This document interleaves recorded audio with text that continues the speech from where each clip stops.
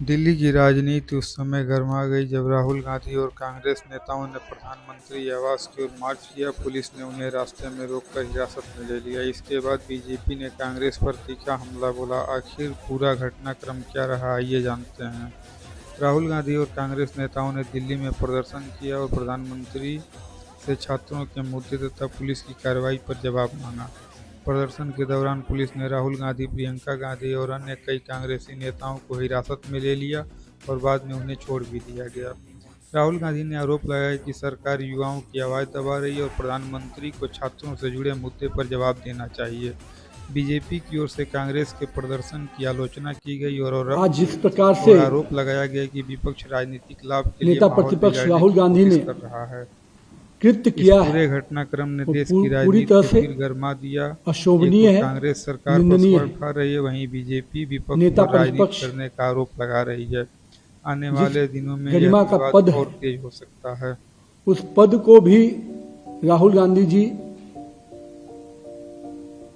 गंभीरता से नहीं लेते हैं। इस बात का आज पूरा उनके व्यवहार से दिखा। मेरा यह मानना है, लोकतंत्र में विरोध और अराजकता दोनों अलग अलग शब्द हैं।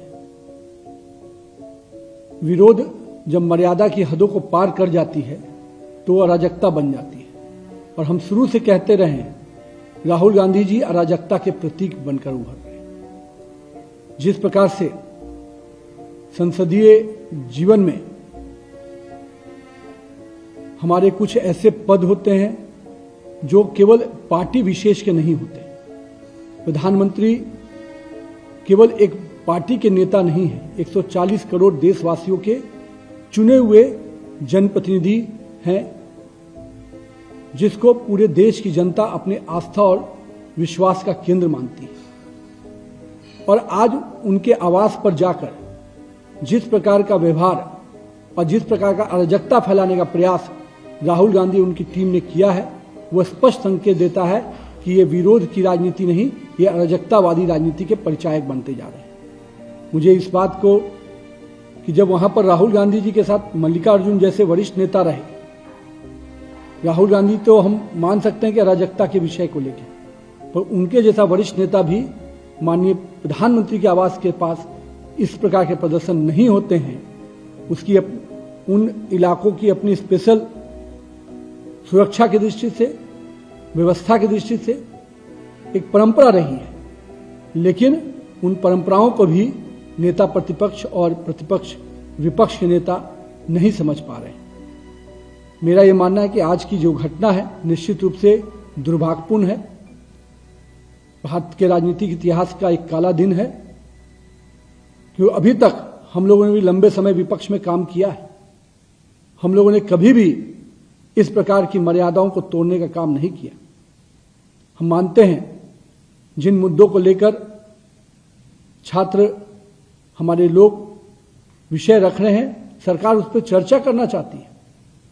राहुल गांधी जी ने जब शर्त रखी तो शर्त को भी माना गया, लेकिन दुर्भाग्य देखिए, नेता प्रतिपक्ष जैसा पद पर बैठा हुआ व्यक्ति अपने ही विषयों को रखकर, अपने ही शर्त को रखकर जब वो शर्त आगे बढ़ती है तो उसे मुकर जाते हैं।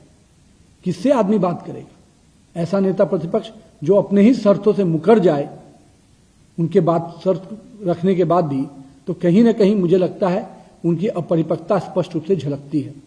और मैं कहूंगा कांग्रेस और विपक्ष के साथियों से, हम संसद के पटल पर हर प्रकार के संवाद के लिए तैयार रहते हैं, लेकिन आपकी जो मर्यादाएं तोड़ने की परंपरा बनती जा रही है, जो अराजकतावादी सोच आपके अंदर विकसित हो रहा है, निश्चित रूप से इससे देश कहीं ना कहीं दुखी है। और देश अपने यशस्वी प्रधानमंत्री के साथ खड़ा है।